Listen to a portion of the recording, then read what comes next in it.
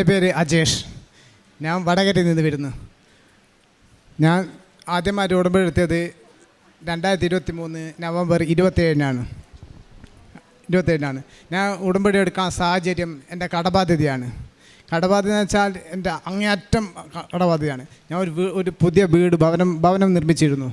അതിനുവേണ്ടി ഞാൻ എന്നെക്കൊണ്ട് എടുക്കുന്ന എല്ലായിടത്തും ഞാൻ ഒരു കടം മേടിച്ച്, ലോണായിട്ടും വ്യക്തികളെല്ലാം പലയിടത്തും കടം മേടിച്ച് അവസാനം എനിക്ക് കൊടുക്കാൻ പറ്റാത്ത അവസ്ഥ വന്ന് ഞാൻ ആത്മഹത്യ അടക്കം ചെയ്യാൻ ശ്രമിച്ചു. വെച്ചാൽ അത്രയും ബുദ്ധിമുട്ടായി. ഞാൻ കൊടുക്കുന്ന പൈസ എല്ലാം അവർക്ക് എല്ലാ ബാങ്കിലും എല്ലാ വ്യക്തികൾക്കും അവരുടെ പലിശക്ക് മാത്രമായി തികഞ്ഞു. മുതലിൽ ഒരു ഉറുപ്പ്യ പോലും മുതലിലേക്ക് കൊടുക്കാൻ അത് എത്തിക്കില്ല. അങ്ങനെ ഇരിക്കെ ഞാൻ ഒരു KSF ചിട്ടി ചേർന്നിട്ട് ആ കിട്ടുന്ന ചിട്ടി വിളിച്ചിട്ട് എനിക്ക് കടം വീട്ടാൻ തീരുമാനിച്ചു. ഒരു മാസം 4 നാർക്കെടുക്കും ആ ചിട്ടിയിൽ. അങ്ങനെ അത് കിട്ടുമെന്ന് പ്രതീക്ഷിച്ചിട്ട് ഞാൻ ചിട്ടി ചേർന്ന് ആ ചിട്ടിയായിട്ട് 1 മാസമായി 2 മാസമായി 1 വർഷങ്ങളായി എനിക്ക് കിട്ടിയില്ല. ഞാൻ അവിടെ ജോസിൻ്റെ പോയതും അമ്പലങ്ങളിൽ പോയതും അത് കടം വെച്ചും. അങ്ങനെ ഇരിക്കെ ഞാൻ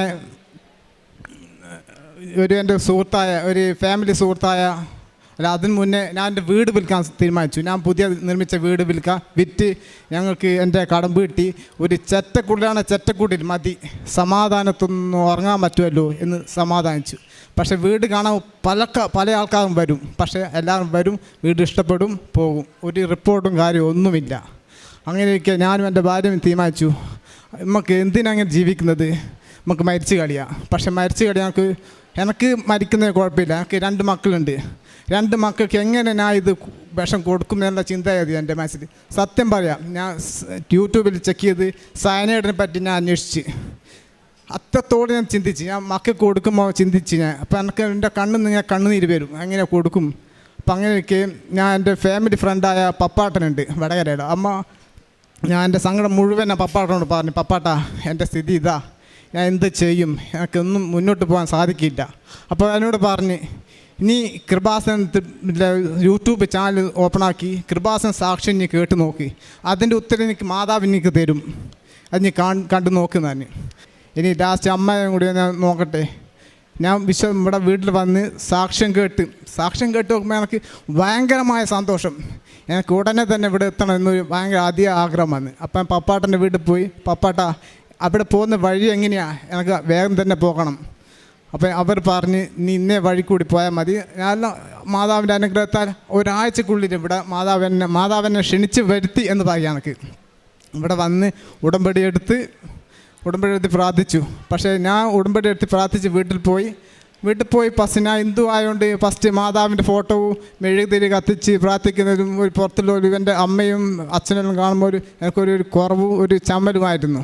പക്ഷേ കുറച്ച് കാലം അങ്ങനെ പതുങ്ങി ബെഡ്റൂമെല്ലാം കൊണ്ടുപോയി പ്രാർത്ഥിക്കുമായിരുന്നു. പക്ഷേ പിന്നെ അച്ഛൻ്റെ ധ്യാനം കേട്ടപ്പോൾ തോന്നി, അങ്ങനെ ചെയ്യാൻ പാടില്ല. ജീവിക്കുന്ന ദൈവമാണ്. അവരെ 10 ആളെ മുന്നിൽ നിന്ന് നമ്മൾ ഏറ്റു പറയണം, എന്നാലും നമ്മളെ സാക്ഷിയാവും. അപ്പോൾ ഞാൻ എൻ്റെ ലിവിങ് റൂമിൽ മാതാവിൻ്റെ ഫോട്ടോവും ഈശോ അപ്പൻ്റെ ഫോട്ടോയും വെച്ച് പ്രാർത്ഥിച്ച് എല്ലാ ദിവസവും രാവിലെയും വൈകിട്ടുമായിട്ട് എല്ലാ ദിവസവും ഇന്ന് വരെ ഒരു പ്രാർത്ഥന ഞാൻ മുടക്കിയിട്ടില്ല. എൻ്റെ ആദ്യമൊക്കെ എനിക്ക് കുറച്ച് ഒരു പ്രാർത്ഥനയ്ക്ക് വൈകല്യം ഉണ്ടായിരുന്നു. പക്ഷേ പിന്നെ 2ാമത്തെ പൂത്തിനു ശേഷം ഞാനൊരു പുലർച്ചെ ഒരു സ്വപ്നം കണ്ട്, ഒരു പൂമ്പാറ്റ ഒരു ഞായറാഴ്ച ഒരു പൂമ്പാറ്റ വന്നിട്ട് എൻ്റെ ചുറ്റും ഇങ്ങനെ പറന്ന് നടക്കുന്നത്. അപ്പോൾ അതിലെന്നോട് യേശു യേശു യേശു യേശു എന്നാണ് എൻ്റെ കേൾക്കുന്നത്. ഞാൻ എൻ്റെ വൈഫോട് പറഞ്ഞു, ഇന്നിങ്ങനെ സംഭവിച്ചിരിക്കുന്നു. അപ്പോൾ ഞാൻ അന്ന് രാവിലെ ഞാൻ എല്ലാ ഞായറാഴ്ചയും കുർബാന പങ്കെടുക്കലുണ്ട്.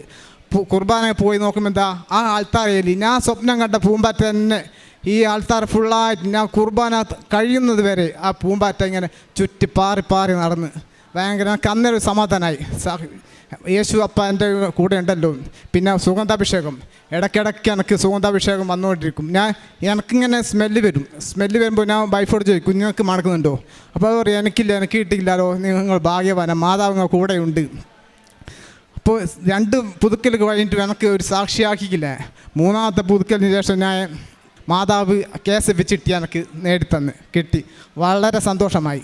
പിന്നെ ഞാൻ ഒരു വീട് വെച്ചിരുന്നു. വീട് വെച്ചതിന് ശേഷം അതിൻ്റെ മുറ്റം മുഴുവനായിട്ട് പുല്ലും കാടും നിറഞ്ഞ ഒരു വൃത്തികേടായിരുന്നു. അപ്പോൾ എൻ്റെ ആഗ്രഹമായിരുന്നു 4 വർഷമായി എൻ്റെ വീട്ടുമുറ്റത്ത് ഒരു ഇൻ്റർലോക്കോ കല്ലോ എന്ത് വെക്കണം, ഒരു ചുറ്റുമതിൽ കെട്ടണം, ഒരു വീട് വൃത്തിയായി വെക്കണമെന്ന്. അപ്പോൾ അതിൻ്റെ എന്ത് ചെയ്ത് ഞാൻ ആ പൈസയ്ക്ക് ചിട്ടിയിൽ നിന്ന് കിട്ടിയ പൈസ കുറച്ച് മിച്ചം വെച്ച് അതിലും ചേർത്ത് ബാക്കി പകുതി കടം തീർന്നു. എന്നാലും എൻ്റെ കടം ബാക്കിയാണ്. ഞാൻ എത്ര ജോലി ഞാൻ നല്ലൊരു വെൽഡിങ്ങിൻ്റെ പണിക്കാരാണ്. പണിയെടുത്ത് ജോലിയെടുത്ത് കഴിഞ്ഞ ശേഷം എനിക്ക് കിട്ടുന്ന പൈസ തീർത്തും മുഴുവനായിട്ടും എല്ലാവരുടെയും ഇൻട്രസ്റ്റ് മാത്രമേ അടക്കാനേ സാധിക്കുള്ളൂ. അപ്പോൾ ഞാൻ മാതാവിനോട് മാതാവേ എനിക്കൊരു വഴി കാട്ടിത്തരണം, എനിക്ക് പകുതി കട കഴിഞ്ഞിട്ടുള്ളൂ, ഒരു കടം കൂടി എനിക്ക് പകുതിയും കൂടി തീർത്താൽ ഒരു വഴി കാട്ടിത്തരണമേ, ദൈവത്തിന് അസാധ്യമായതൊന്നുമില്ലല്ലോ എന്ന് ഞാൻ പറഞ്ഞു. അപ്പോൾ പ്രാർത്ഥിച്ചിട്ട് എൻ്റെ മനസ്സിലൊന്ന് ആരോ പറയുന്നത് പോലെ തോന്നി, നീ വീണ്ടും ചിട്ടി ചേര്, വീണ്ടും കേസ് വെച്ചിട്ട് ചേര്. ഞാൻ ചേർന്നത് എങ്ങനെയാണെന്ന് വെച്ചാൽ എൻ്റെ മോളെ ആകെ ഒരു ചെറിയൊരു അർപ്പവൻ്റെ ഒരു ചെയിനുണ്ടായിരുന്നു, അത് വിറ്റ്. ഇന്ന് വരെ എൻ്റെ വീട്ടിൽ ആരും പുറത്തുള്ളാരും അറിയില്ല, അവളെ അമ്മയൊന്നും അറിയില്ല. ആ വിറ്റ ശേഷം എന്നെടുത്ത് ആ പൈസ ഞാൻ ചിട്ടി ചേർത്ത്. പിന്നെ മാസം അടക്കേണ്ടതല്ലേ, ഞാൻ വിചാരിച്ച് അമ്മ മാതാവ് പറഞ്ഞതുകൊണ്ട് ഫസ്റ്റത്തെ മാസം തന്നെ എനിക്ക് KSF ചിട്ടി കിട്ടുമെന്ന് ഞാൻ പ്രതീക്ഷിച്ച്. പക്ഷേ കിട്ടിയില്ല. 2 ആയി 3 ആയി 4 ആയി കിട്ടിയില്ല. ഞാൻ ഓരോ മാസം കഴിയുന്തോറും മാതാവിനോട് പറയും, മാതാവേ. അപ്പോൾ എനിക്ക് തോന്നി എൻ്റെ പ്രേക്ഷിത പ്രവർത്തനങ്ങളെല്ലാം പ്രവർത്തനം കുറവായിരുന്നു, അതായിരിക്കും. ഞാൻ പിന്നെ കൂടുതൽ ചെയ്ത് ഞാൻ എന്ത് ചെയ്തെന്ന് വെച്ചാൽ അവസാനം ഞാൻ ഈ ചിട്ടി കൊടുക്കുന്ന പൈസ എന്ന് വെച്ചാൽ ഞാൻ ബാങ്കിലേക്ക് കൊടുക്കുന്ന ഇൻട്രസ്റ്റിൻ്റെ പൈസയാണ്. അത് സ്റ്റോപ്പ് ചെയ്ത് ആ പൈസയാണ് KSFയിൽ ചിട്ടി കൊടുക്കുന്നത്. അപ്പോൾ ആ 4 മാസത്തെ കുടിശ്ശിക വന്ന്. അപ്പോൾ ആ ബാങ്കുകാർ എന്നെ വിളിച്ചു, ഞാൻ എൻ്റെ വീട് എവിടെയാണ്, ഞാൻ അവിടെ വരുന്നുണ്ട്, പിന്നെ നിയമ നടപടി എടുക്കുന്നതാണ്. അപ്പോൾ എനിക്ക് അതും ടെൻഷനായി. അപ്പോൾ ഞാൻ എന്ത് ചെയ്തെന്ന് വെച്ചാൽ മാതാവിനോട് പറഞ്ഞു, മാതാവേ ഈ അടുത്ത മാസം എനിക്ക് ചിട്ടി കിട്ടിയില്ലെങ്കിൽ മാതാവേ ഞാൻ ചിട്ടി ഞാൻ ക്ലോസ് ചെയ്യും, നിർത്തിവെക്കും, എനിക്ക് രണ്ടും കൊണ്ടുപോകാനാവില്ല. ബാങ്കുകാർ തന്നെ വീട്ടിൽ വന്ന് എന്നെ നാണം കെടുത്തും. എന്തെങ്കിലും മാതാവ് ചെയ്യണം, അമ്മയുടെ പ്രത്യക്ഷനെ സാക്ഷിയാക്കി എന്നെ മാറ്റണം മാതാവേ ഞാൻ പ്രാർത്ഥിച്ച്. 5-ാമത്തെ മാസമാകട്ടെ ഞാൻ പോയി പ്രാർത്ഥിച്ചതിൻ്റെ ഫലമായി ഞാനും എൻ്റെ ഭാര്യയും എല്ലാവരും പ്രാർത്ഥിച്ച്. അത്രത്തോളം എൻ്റെ ജീവിതത്തിൽ ഇതുവരെ വരാത്ത അത്രത്തോളം സങ്കടമായിരുന്നു എനിക്ക്. പക്ഷേ അത് ദൈവാധീനം കൊണ്ട് മാതാവ് അത്ഭുതം പ്രവർത്തിച്ചു, ആ ചിട്ടി എനിക്ക് നേടിത്തന്ന്. മഹാത്ഭുതം എന്ന് പറയട്ടെ. എൻ്റെ ഇപ്പോൾ എനിക്ക് 16 ലക്ഷം റുപ്യ കടമായിരുന്നു, 16 ലക്ഷം റുപ്യ. ഇപ്പോൾ എനിക്ക് ഇന്ന് വരുമ്പോൾ എനിക്ക് 1 ഉറുപ്യ കടയില്ല. എൻ്റെ കടബാധ്യത എല്ലാം മാതാവ് വീട്ടി. 2 വർഷം കൊണ്ട് 2 വർഷം കൊണ്ട് എൻ്റെ വീടും പരിസരവും എല്ലാം മാറി, എൻ്റെ കടം മാറി. അപ്പോൾ പല ആൾക്കാർ എന്നോട് ചോദിക്കൂ, നിനക്ക് പിന്നെ ക്രിസ്ത്യൻസിൽ പോയിട്ട് എനിക്ക് എന്തെങ്കിലും പള്ളിയിൽ നിനക്ക് പൈസയായിട്ട് തന്നിക്കോ, എനിക്ക് അവരെന്ത് തന്നിക്കോ, ഞാളും ചേരുന്നുണ്ട്, എനിക്ക് എന്തെങ്കിലും എനിക്കും തരുവാൻ പറ്റുമോ? ഞാൻ അവരോട് പറഞ്ഞു, അങ്ങനല്ല, ഇത് ഉടമ്പടിയാണ്, അവർ പ്രാർത്ഥിച്ച് ഉടമ്പടി പ്രാർത്ഥിച്ചു കഴിഞ്ഞാൽ നമ്മുടെ ആ നിയോഗം നമ്മുടെ ഇവിടുത്തെ നിയമങ്ങൾ പാലിച്ച് ജീവിച്ചാൽ നിനക്ക് മാതാവ് കൊണ്ടുതരും അങ്ങനെ പറഞ്ഞു. ഇപ്പോൾ എല്ലപ്പോൾ എൻ്റെ സ്റ്റാറ്റസിൽ എല്ലപ്പോഴും എൻ്റെ മാതാവിൻ്റെ സാക്ഷ്യങ്ങളായി ഇടുക. അപ്പോൾ പല ആൾക്കാരെന്നെ ചോദിക്കാറുണ്ട്, നീ എന്താടാ ക്രിസ്ത്യനാവും? ഞാൻ എൻ്റെ വിശ്വാസം മാറ്റി ഞാൻ ജീവിക്കുന്ന ദൈവത്തിലേക്ക് മാറി എന്ന് പറഞ്ഞു. അപ്പോൾ അതിനുശേഷം എനിക്ക് പല ആൾക്കാരെന്നെ വിളിച്ച് ചോദിക്കൂ, ചില ആൾ എന്നോട് അസൂയ കൊണ്ടും ചില ആൾ സഹതാപം കൊണ്ടും ചോദിക്കൂ. അപ്പം അങ്ങനെ പല അത്ഭുതങ്ങൾ. പിന്നെ എനിക്ക് കൈകൾ വേദനകൾ വരുമ്പോഴെല്ലാം ഞാൻ ഉടമ്പടി തൈലം പുരട്ടി വിശ്വാസ പ്രമാണം ചൊല്ലി ഉടമ്പടി തൈലം പുരട്ടി പ്രാർത്ഥിക്കുന്നതിന് ശേഷം അത് രാവിലെ നമുക്ക് അത് ആ വേദന ഉണ്ടാവുകയില്ല. അങ്ങനെ പല ആപത്തുകളിൽ നിന്നും ഞാൻ എവിടെ പോകും, എൻ്റെ വീട്ടിൽ നിന്ന് മുറ്റത്തിറങ്ങുമ്പോഴടക്കം ഞാൻ മാതാവിനോട് ചോദിക്കും, മാതാവേ ഞാൻ ഇന്ന സ്ഥലത്ത് പോകാം, മാതാവേ എൻ്റെ കൂടെ വരണം, എൻ്റെ കൂടെ വന്നേ തീരും മാതാവേ, അങ്ങനെ എന്നെ സംരക്ഷിക്കണേ. അതേപോലെ എന്നെ പല ആപത്തുകളിൽ നിന്നും എന്നെ രക്ഷിച്ച്. ഒരിക്കൽ പാമ്പ്, ഞാൻ ജോലി ചെയ്യുമ്പോൾ ഒരു ഓടിൻ്റെ ഉള്ളിൽ പാമ്പുണ്ടായിരുന്നു.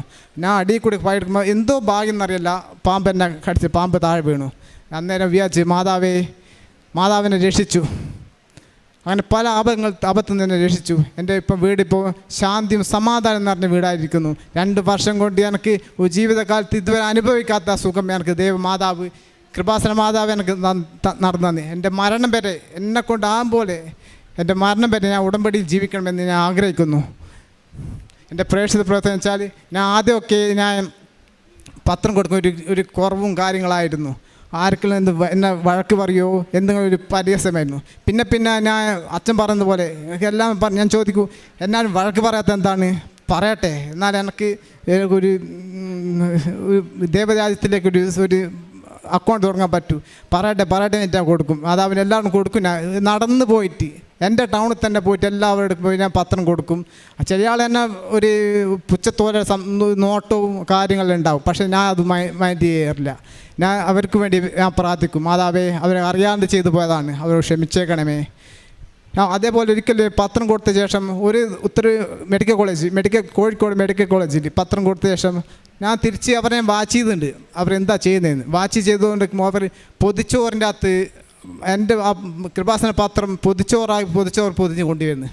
എൻ്റെ നെഞ്ഞ് തകർന്നു പോയി. ഞാൻ ഓടിപ്പോയി അവരോട് പോയി ചോദിച്ചു, നിങ്ങൾ എന്തെന്നാ ചെയ്തത്? ഞാൻ നിങ്ങളോട് പറഞ്ഞില്ല ഇത് വായിക്കണം, ഇത് പരിശുദ്ധമായ സാധനമാണ് ഇത് ഇങ്ങനെ ചോറിനാണ് ഞാൻ മേടിച്ചു തരാം, ഇങ്ങനെ പത്രം നിങ്ങൾക്ക് വേണ്ട എനിക്ക് തന്നേക്ക്, ഞാൻ സന്തോഷത്തോടെ ഞാൻ സ്വീകരിക്കാം.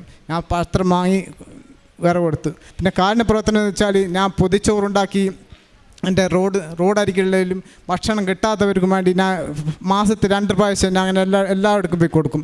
പിന്നെ രോഗികൾക്ക് വേണ്ടി ഞാൻ എന്നെക്കൊണ്ടാകുന്ന സഹായം ഞാൻ ചെയ്യും.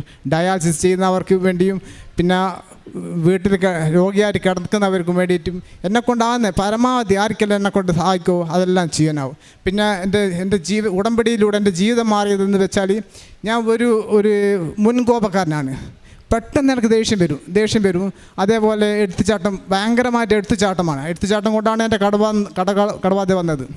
ഉടമ്പടി എത്തിയ ശേഷം ഞാൻ മദ്യപിക്കാറുണ്ട്. മദ്യപാനം ഇപ്പോൾ 2 വർഷമായി പൂർണ്ണമായി നിരോധിച്ചു ഇല്ല.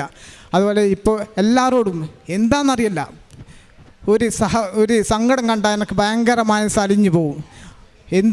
ആർക്ക് എത്ര കൊടുത്താൽ എനിക്ക് മതി വരില്ല എന്നുവെച്ചാൽ മതിയാവോളി കുറഞ്ഞു പോയോളി എന്നൊരു ചിന്താഗതിയാണ് എനിക്ക് ഇപ്പോൾ. എനിക്ക് ദൈവം അപ്പോൾ ഇന്ന് പറയേണ്ടത് ഒരു ഭയങ്കര കാര്യം, ഒരു മറ്റുള്ളവരെ സങ്കടം കാണുമ്പോൾ ഭയങ്കര വല്ലാതെ അലിഞ്ഞു പോകും.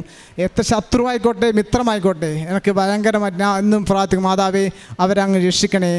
അങ്ങനെ ഒരു ഭയങ്കരമായ ഒരു മനുഷ്യനായി ജീവിക്കാൻ പറ്റിയ എനിക്ക് ഈ 2 വർഷത്തിനുള്ളിൽ മൃഗമായിരുന്ന തന്നെ മനുഷ്യനായി ജീവിച്ച് മാതാവിൻ്റെ കോടാനുകോടി നന്ദി. മാതാവ് എന്നും എന്നെ രക്ഷിക്കുമെന്ന് ഞാൻ എന്നും മാതാവിനെ പ്രാർത്ഥിക്കുന്നു.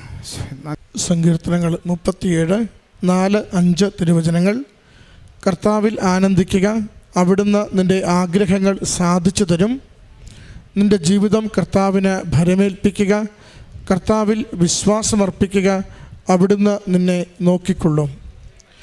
അജേഷ് എന്ന ഈ സഹോദരൻ്റെ ജീവിതം തിരികെ കിട്ടിയ ഉടമ്പടി സാക്ഷ്യമാണ് നാം ശ്രവിച്ചത്. എത്ര ദയനീയമായ ജീവിത സാഹചര്യമെന്ന് ഓർമ്മിപ്പിക്കുന്നതാണ് ആ വാക്കുകൾ.